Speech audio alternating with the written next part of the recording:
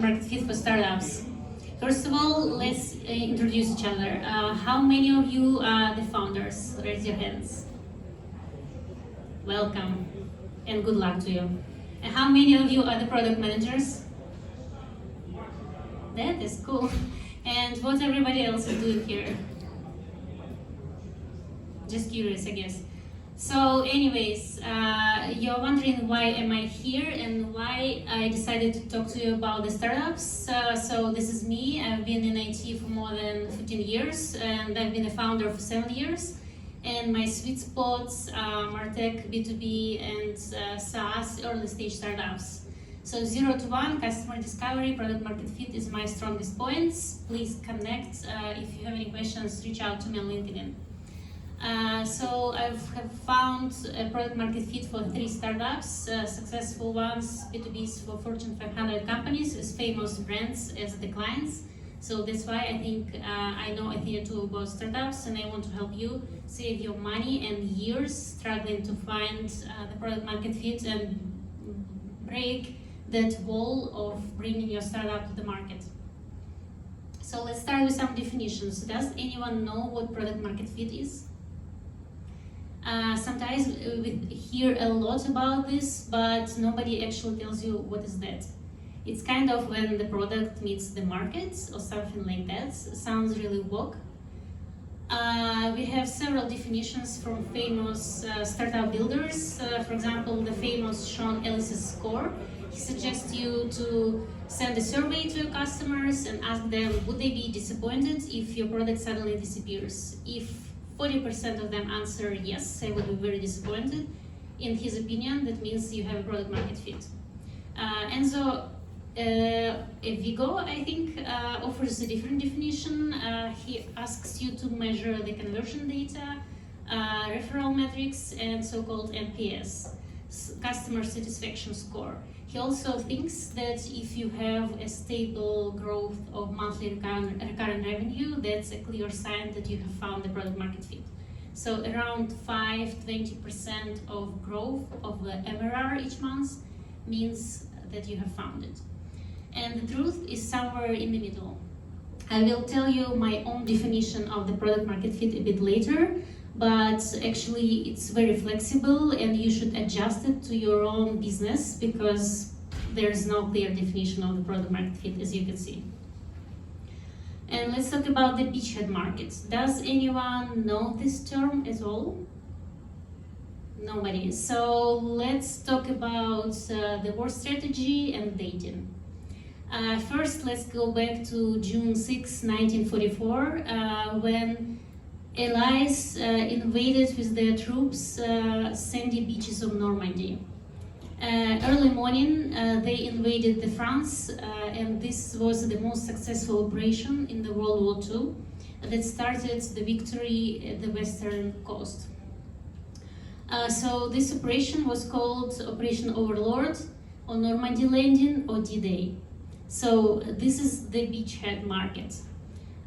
Geoffrey Moore, a famous startup builder and strategist, had wrote a book about building startups and finding your first ideal persona, and he used this term, the beachhead market, to talk about your first ideal customer that you should invade before you enter the market.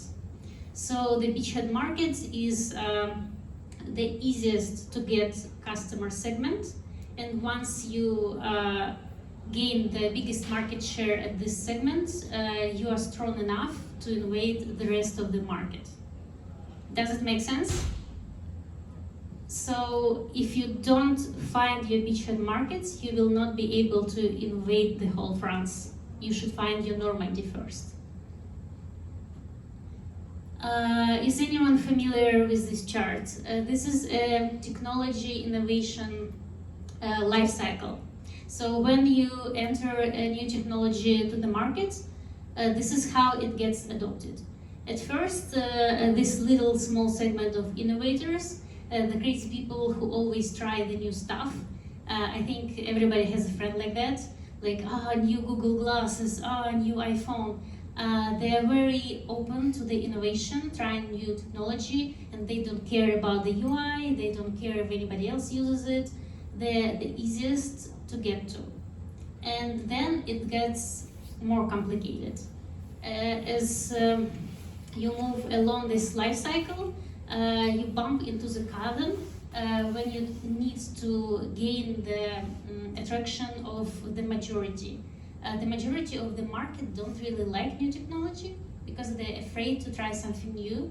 They need some social approval, like everybody else is using it, okay, then I will be using that. For example, if we enter the B2B market, the big brands like Coca-Cola's of the world, they don't really like trying startups because their reputation are at stake. If they try a startup and it fails, it will be looking bad for them. And their reputation will fail. So those people from early, late maturity, they are hard to get. It's really hard to sell to them when you are young and just entering the market with the ugly design, with ugly pricing, and when you don't really know what you're selling. So this is why you have this chasm. And the laggards are usually grandmas and grandpas of the world. They try the new technologies the latest. When it becomes mainstream, they don't really care about innovation, and it's the hardest segments to get. So these first two segments is your Normandy, the innovators and early adopters. If you get them, you will get the whole France. But the problem is that most startups fail. From 72% to 90% of startups fail because they land their troops in Kentucky, not in Normandy. They're trying to sell to all of those others except the innovators. That's the problem with finding a product market fit. So once you find who's your innovator on the market and how to sell to them, you are good. And what almost nobody tells you is that your beachhead market is not the same as your ideal customer persona in the future. The product market fit actually changes over the time during the product life cycle. So when you sell to innovators, you can sell to them this painting that doesn't even look like a horse, because they don't care about the designs. The product is new, you don't even know what kind of product you are building. They're good with that. They will eat everything. But once you go further down the market, once you approach the Paris instead of Normandy's beaches, your product has to look better. Your competitive offering should be more shaped, and it's harder and harder to get to the market if you are just an ugly small startup. So you can't really find product market fit once and for all. You need to change it according to your segments and to the life cycle of the market. Now, how do we find the product market fit? This is a schema from the famous Steve Blank. I don't know if you have read his Startup Owner's Manual book, but you should. If you're gonna be a founder, that's your Bible. Let's explain what's happening here. So the first part shows you the validation stage, what I call finding the beachhead. You do the customer discovery, which is a set of customer interviews. You talk to people until you find a hypothesis of several segments that might be your beachhead market. Once you have this set of segments on paper, you move to customer validation. You try to understand if those segments are really your beachhead using your different validation criteria. So you're just dating, actually. You're going, talking to them, and check if they are the one. I will show you a bit later how you do that. And you repeat this cycle until you actually find and prove that this is your Normandy. Then you should move to the second stage, which is landing the troops to the beachhead. On that stage, you create a sales funnel and start scaling your business by selling at scale to those customers. What happens if you move at the wrong time to scaling? This is called premature scaling. you will waste your money. This happens very often with startups. They hire a lot of salespeople, they draw a lot of money to some advertising that doesn't bring any value, and it's like wasting your money. For example, I worked at a startup, they had 40 headcount in the company, around half of it were salespeople, but the MRR was around $5,000, something like that.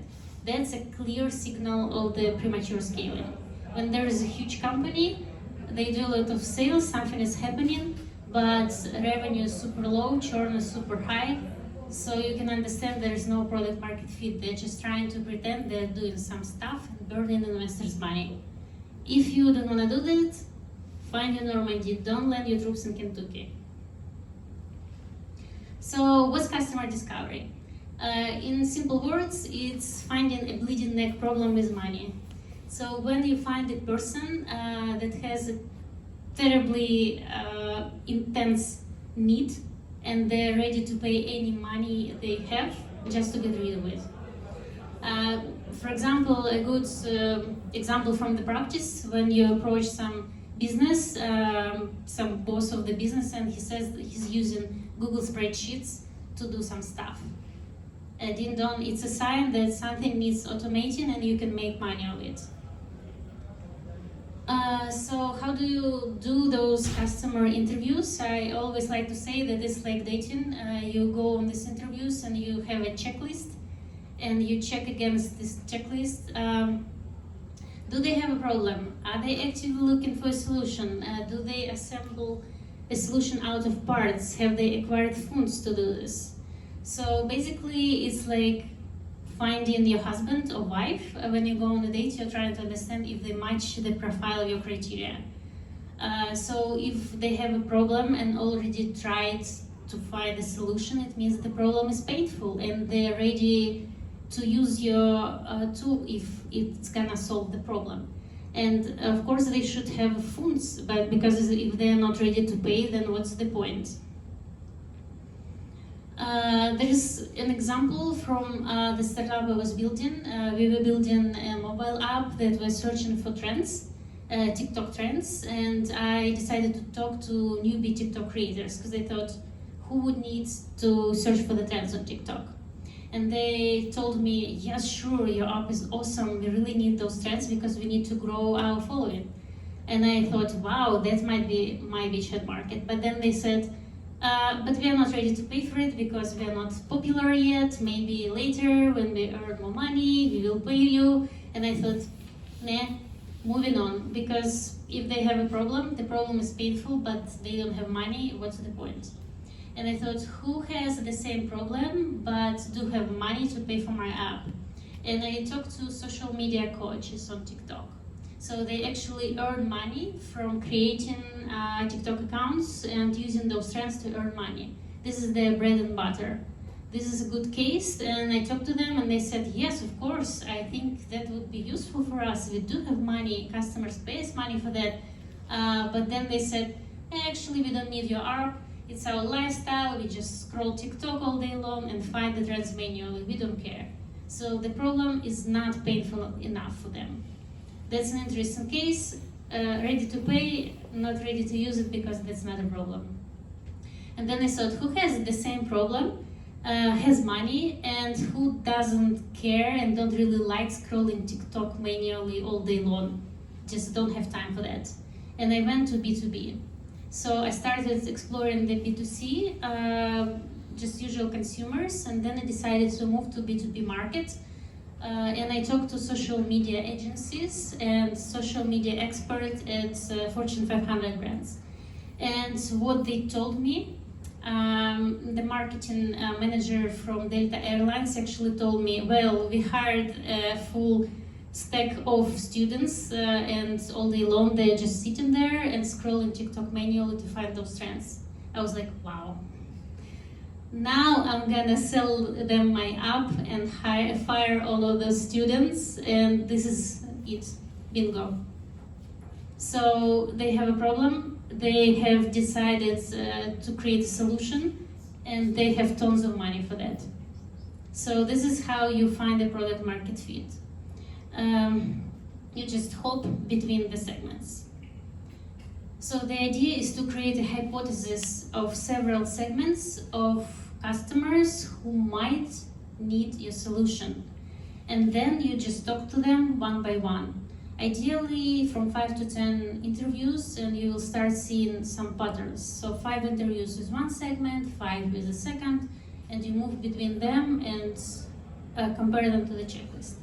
Once this is done, your final segments, you start slicing them. Because the smaller the segment, the better you might meet their need. There are a lot of social media agencies, but who is the best one for me? I sliced them down, divided them, for example, social media agencies who just create creatives for TikTok, or social media agencies small with 1 to 10 employees, or big agencies. So you really need to think of any kind of differentiators for those segments that are meaningful and that will change your go-to-market approach. And once you slice them, you repeat the process. You try to evaluate each of these segments and see who is the best for you. So you move to the next stage, which is called customer validation. This is something about the customer discovery interviews. How you do them, you always get commitment at the end of the interview. I know a lot of founders like to do interviews like this. Do you like my product? Yes, I like it. Awesome, I'm gonna go build it. It doesn't help. It's very, very toxic because they will tell you anything you want to hear just to be polite.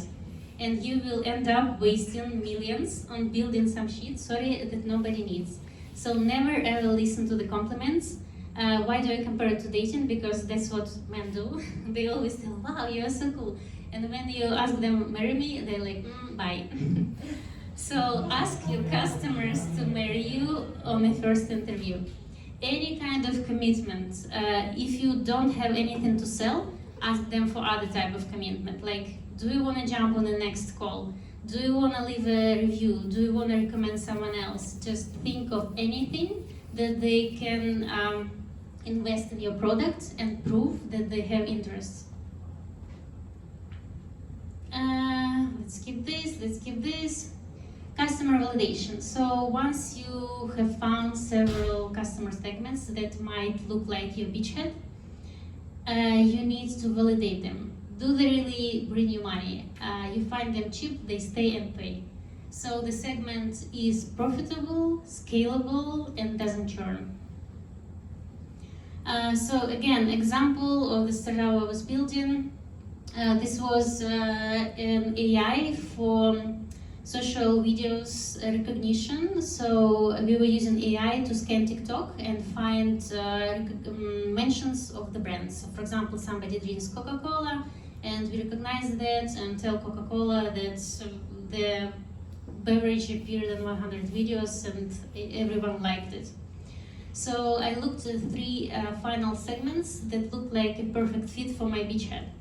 First of them were social insights teams at Fortune 500 brands. Second one was social media agencies, so the agencies that work for the brands. And the third one was marketing research agencies. Like Coca-Cola will hire a market research agency to evaluate the social reach, something like that. So I talked to social insights teams. We actually created a beta customers group that consisted of several representatives of each segment. And how I did it, I combined it with building a sales funnel. So I actually attracted around 40 leads across all of the segments, and I tried to move them along the sales cycle and track the metrics to understand how do they perform. So when you're doing validation, you need to select several criteria on how to measure each segment. It will depend on the type of your business, type of the market, and the weather. So there is no clear formula. And what I did in my case, I compared customer acquisition cost to lifetime value. So it should always be lower, which in simple words means that the money you spend on acquiring and keeping the customer is lower than the money that you get from them, which is logical. Then the market size, because the size of the market for each segment may be different. If one of your segments is Mr. President, then probably it's not a big market, only one person in the country. The length of the sales cycle, this is unique to the B2B market, because in our case, we were selling to the big brands for 9 months. If you're a young startup and you can close the contracts during 9 months, you will die until you get the money. So this is crucial. And the next one is retention and product adoption. If they churn, if they don't use the product after they bought it, then probably it's not your best customer. So yeah, the problem was here that social insights teams at Fortune 500. We talked to Coca-Cola, and what did we hear? Do you have legal documents? Are you GDPR compliant? Why do you have such a bad UI? Do you have recommendations from other customers who look like us? We heard a lot of stuff. If you compare it to dating, you go to a date and the person says, okay, maybe you should change your haircut, lose 500 pounds, change your style, change your job, and then I will date you. Doesn't sound like a person who will marry you, right? Then we moved to the social media agencies. They said, wow, that's cool, we're gonna use it, and they never did. Then we moved to marketing research agencies, and they said, oh my God, just shut up and take my money. I don't care about your sales pitches, this is our bread and butter. We need to scroll through TikTok manually, and we are tired of doing this. And the brands are asking us about insights from TikTok, and we don't care about the UI, just give us the raw data, whatever, where do we pay? So this was clearly the sign. But then I thought, we don't want to get rid of the big brands. I mean, who wants to kick out Coca-Cola of your sales pipeline? And I understood that actually what they were saying to us, it was a signal of the early majority segment. So remember when I told you that early majority is a tough segment to get because they don't like rough, ugly innovations? What they're looking for in the innovation is social approval, ready and stable product that will not damage their reputation, that are ready to use and will not break suddenly because they have thousands of customers, millions of customers who rely on that. So we thought, this is not our beachhead. This is not Normandy, this is Paris. Very sophisticated, and we need to get there, but not today. So in order to survive, we focused on the market research agencies. We were closing them in 1 month only. We got the money and we lived until the second round. And all of those people from Coca-Cola, Warner Brothers, Disney, they were stuck in a sales pipeline for 9 months. We closed them after all, but after the second round. So when you see those signals, just hear between the lines what they are saying. If don't get rid of the segments just because they don't look like a beachhead market. Like I told you, your beachhead market doesn't mean it's your ideal customer persona. Just be smart about evaluating those segments. So this is how segment evaluation process may look like, simplified. I like using those silly smileys. They look like a kindergarten chart, but they are very helpful when you can have a quick look and understand what's happening with the segment, why it's not working, who's the best segment. Actually, this presentation was presented as a workshop, so if you are keen to, you can do some exercises by looking at these 3 segments. Could you tell me which one is the best for the beachhead? First one, yeah. First one? Why? Short. 2 green and 1 red. The third one. 2 months. Plans for the sales cycle. So let's see. Let's analyze the first one. You're saying that it has the more green faces and only 1 red face. But if you look at the validation criteria next to the red face, it's customer acquisition cost lower than lifetime value. So it actually means that we are spending more to acquire the customer, then we are earning from them. This doesn't look like a perfect segment. Probably we can try to fix that by changing our pricing model. Maybe we are underselling, but at the first glance, it's probably not the best. And look at the retention. And segment number 3, so we have 2 yellow faces, 1 green and 1 red. So the red one is next to the upselling potential, which is not super crucial, right? I mean, if we are earning more money than we are spending on them, that's good. If we can't upsell anything to them, that's not a problem. If we sell the core product, then upselling is just a bonus. Maybe the Beachhead market is not open to upselling. Maybe we haven't found the right fit for upsell yet. This is fixable. So yeah, probably you're right. The third one might look the best. So what do we get after we have done this customer discovery and validation? What kind of documents, proof do you need to get to tell you that you have found it? First of all, you should have an ideal customer profile ready. So when you have moved through the segments and validated them, what you need to have is the description, like a profile, like a Tinder profile, if you compare it to dating, of the customer that looks like your ideal beachhead market. Why do you need it? Because you give it to salespeople, they attach it to their fridge, and whenever someone reaches out to them, they don't waste time talking to people who are not this. Then you should build a customer journey map, which actually tells you their jobs to be done, actions, needs, gains, pains, and solutions. Why do you need this? Because you need to understand the day in the life of your beachhead market customer. This will help you see where do they have the pains, how do you sell to them, what kind of solutions do you offer to them, what can you upsell to them. This is like basically an anatomy of your customer in real world. So this is really helpful, especially this thing that helps you build the MVP. If you know their pains, you can design the features in the MVP that can get the quickest to their heart. And customer persona profile. So before that I showed you the company profile, and this is the persona profile. So as you know, in B2B we are not selling to one person, we are selling to a set of people. Because in the company you have to go through hell and through 9 different departments just to close the deal. So you have a person who is responsible for finances, a person who's responsible for purchases, a person who's the boss, a person who actually uses your product.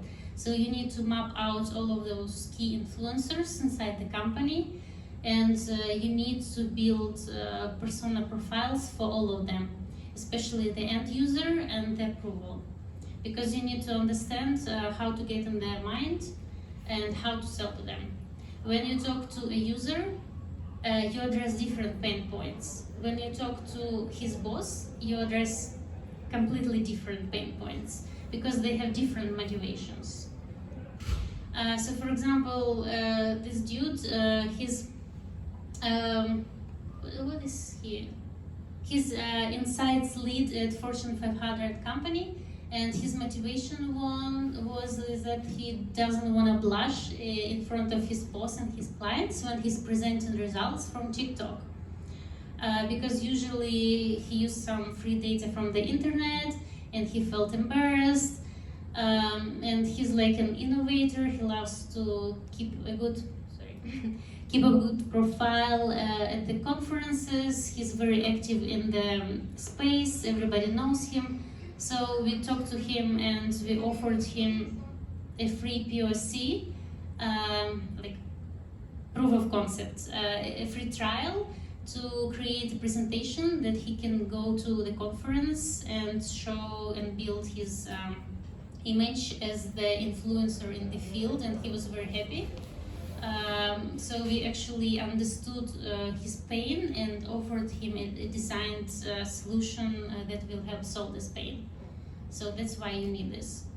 The structure of this thing is very flexible. You can add whatever you want. I really recommend adding the communities.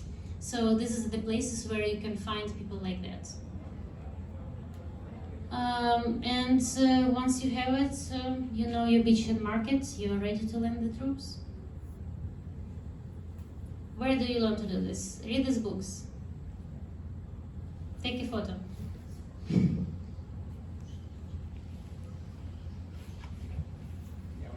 And take a photo of this. If you have more questions, if you want to learn more, I'm happy to answer. Thank you.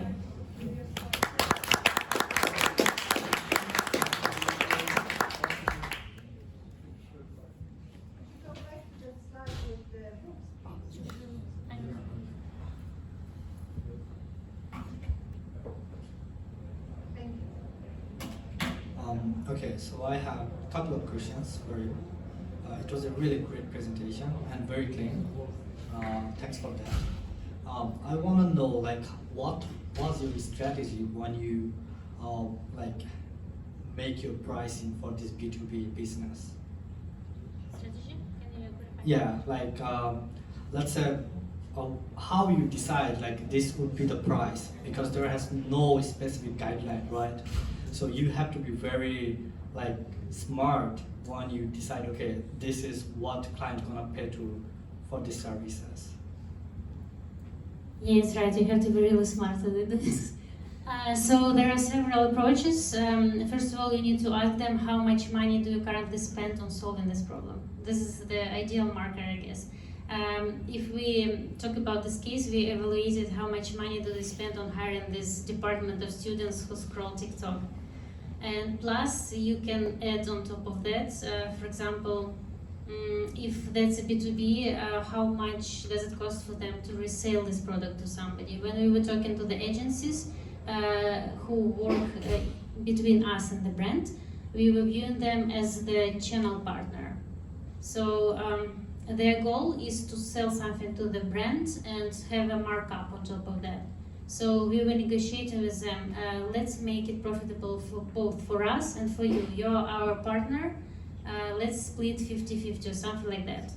But if you talk to the end customer, like the brands, the best thing is to actually ask them how much do they spend on this problem, how much the ROI will be for them if you solve this. But you're right, there are several different pricing strategies, and I can talk for hours about that. Thanks for the good question. Anyone else? The QR code is not applicable. Okay. This one? Epic fail. That was an MVP. I didn't test it with clients. Okay. I have one more. That's a different one. Okay. Any other questions so far? You can just use this URL instead.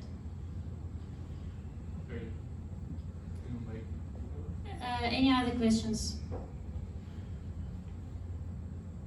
I have questions regarding this. So basically, you told that the big client, if you want to close their deal, you have to wait 9 months. In the 9 months of time, as a startup, there is like big probability you're gonna fail, right? So what advice you will give to B2B SaaS business to close the deal as soon as possible, even for these big clients? Is there any way you found after doing this startup, like, is there any let's say tricks or any shortcut? I know there's no shortcut, but there's maybe you found something that could be, like make it faster. Okay, that's a tricky one. Change the segment. Let me think. Actually, what I did, I went to a conference. I had no ideas who's our ideal segment and what kind of segments are there in the market. I went to a conference and I just said, I have a application for TikTok video monitoring, and they like started coming to me. So it's like a self-selection process. You just shout out, and people who might be interested in buying it fast will approach you yourself. Suggestions. Another suggestion is try to hold on. If you are stuck with the segment that has a very long sales cycle, try to get money elsewhere. So we were thinking about some backup plans, like creating a service business. Like we will do the insights for you, we will do everything for you manually as if we are selling services. It's not a product, it's not scalable, it's not productized, but it can help you hold on until you find that beachhead market that's selling faster. Last to that, that's the venture business. Sometimes startups are just designed for those long sales cycles clients. That's why you have venture money. Unfortunately, that's not always possible to become profitable at the very beginning. As you may know, some startups invest in growth until round D, and they are not profitable. One more. Yeah, you're my favorite student today. Thank you. I have been trying to build a business. I already built one. We had like 5,000 MRR, but right now I'm working on like HR tool. So yeah, I have been facing this problem. That's why I'm so interested. So anyway, okay. Whenever you give the price to these big clients, and you come back to them again and say you have now different strategy or different pricing, are they gonna respond in positive way, or they are thinking, okay, why your pricing was so high and now how you can make this pricing in a lower scale and still provide the same service? Yeah, good advice. Don't start with a low price. It's easier to downgrade the price instead of raising it. So once you undersell, you will never get more from this person. What I advise is creating beta customers groups. This is a perfect playground. You say to them, let's build a product specifically for you. You have a chance to influence the product. We will build it exactly like you want it, but instead help us test it. And you observe them and you test the pricing on them. They become your advocates. Later on, they can create a word of mouth marketing for you among their peers on the conferences. And they feel like they influence the product, so they can help you build that pricing. Thank you. I have a question about the place where you were advertising yourself, conference. Which kind of conference? Because I'm not really aware. I mean, what's the name of such a conference where you can show your product as a new one? There is no single conference. It's kind of a business development. You just think what kind of audience may like it. So what I did, I talked to some of the customers, some of the leads that already approached us, and asked them, what kind of conferences do you like to attend? What kind of communities do you participate in? So I went to one of these conferences. I connected with the founder, the organizer of the conference. She gave me a free access, and I presented there, and I grabbed the leads. So it's like a thread. You have one lead, and you ask them, where do you find more of this? And they will offer you the names of the conferences where you should be. So just ask customers, right? Yes, or potential customers.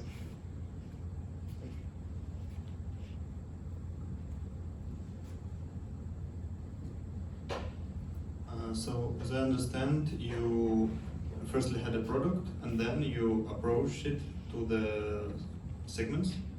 You made a customer research, and my question is, where is the place to find potential customers, especially in B2B space? Because when you had a fresh product, or you're just in the middle of something, and not many people want to share their sensitive data about how much money they spent for this department, or how they do this thing now. So what is the best way to like find people who willing to like share the things? That's a good question. I hate this part of the customer discovery the most. So you have to be very creative, and this is my biggest pain. When I worked at the venture studio, I spent 70 or 80% of the time trying to find those leads to talk to. Over here, I will tell you more, but there are a lot of life hacks and places where you can find them. There are some services that are paid, that you can actually pay to get responses, but they suck. Don't use them. No. Usually, for example, when you're in B2B space, high-value customers like the head of the Coca-Cola marketing agency, they are not on those paid services.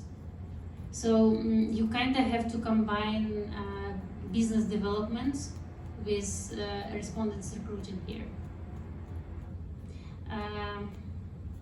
It's good to have connections, I would say. Go to the conferences, and there are also some services like what it's called, Angel List, I think. Yes, angel investors. There are some catalogs of companies. If you're in B2B space, you can just scrape it, scroll it, and do a cold outreach on LinkedIn. LinkedIn is a good place to find it. And you need to be really creative with the messaging. How do you make them accept your invite and go to the call and share some stuff for free? Sometimes you have to pay them, like I usually give them $100 Amazon gift card. But this is not a good practice too, because they're saying some bullshit just to earn the money you are giving them. When it's free, when they're willing to share the knowledge, is the best. For example, you can use their ego. If you say, oh, I want to do an interview, you're such an influencer in the space, do you want to share your knowledge? So you need to understand the human psychology, what's their value in it. First of all, their ego. Second of all, if they need this kind of product, they have a pain, they will be willing to share the information with you to get something in exchange. For example, you can invite them as a beta customer. So yeah, does it answer your question? Anyone else? And continue the questions. First of all, thanks for presentation. It's really cool. And let's deep dive to practice. So I have a product manager, and I want to be sure that he do right customer development. So I see that he should do find these customers, make interview, then make hypotheses, then validate them. So it's a lot of work. And how I can be sure and confident that he do right? Can you recommend some workshops, mentors, or I see courses? What else? So where they can practice? Because theory and books, it's cool, but when you do in real life, you will do a lot of mistakes. So how we can improve it? Thank you. Thanks for the question. Yeah, you're absolutely right, because when you're doing it in practice, it's always very creative. Every case is different, so you really need to try it on a real use case. And I have launched the course. I am not allowed to sell it, but anyways, you can practice there. You can answer. I can answer any of your questions, and if you have a real case to bring to, that will be cool to practice on it. And also, if you want to join the hackathon, that's actually a second good choice to practice this stuff. In 2 weeks from now, I'm helping organize a startup hackathon. I'll be there, will be a mentor and helping there. So if you want to bring your idea and try to build it over the weekend, I can help you with the customer discovery too. Cool. Thanks. Anyone else? Okay. Thank you all, it was fun.